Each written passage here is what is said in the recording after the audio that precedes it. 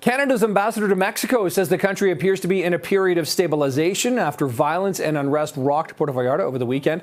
CTV Scott Hurst on that story for us this morning and is live now with details. So interesting here, Scott. Canada's ambassador to Mexico telling CTV Power Play that Mexico appears to be in a period of stabilization, echoing what the Prime Minister or President said, pardon me. So what is the advice today for Canadians?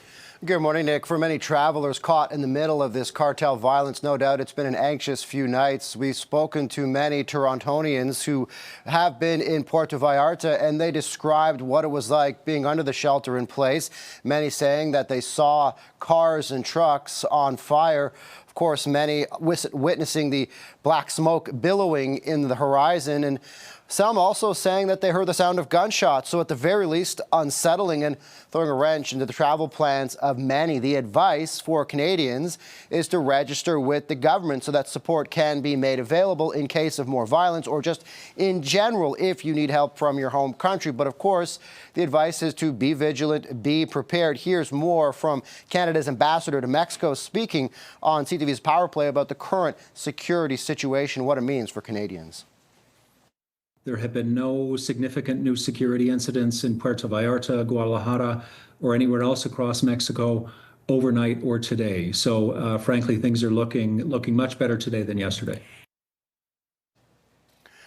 Nick, of course, we saw the international response to this latest wave of violence was swift. Global Affairs Canada quickly updated its travel advisory for Mexico, urging Canadians in affected regions to exercise a high degree of caution and take note of local guidance, particularly when initially many were impacted by that shelter-in-place order in the immediate aftermath of this wave of violence, this retaliation from the cartel for the killing of its leader.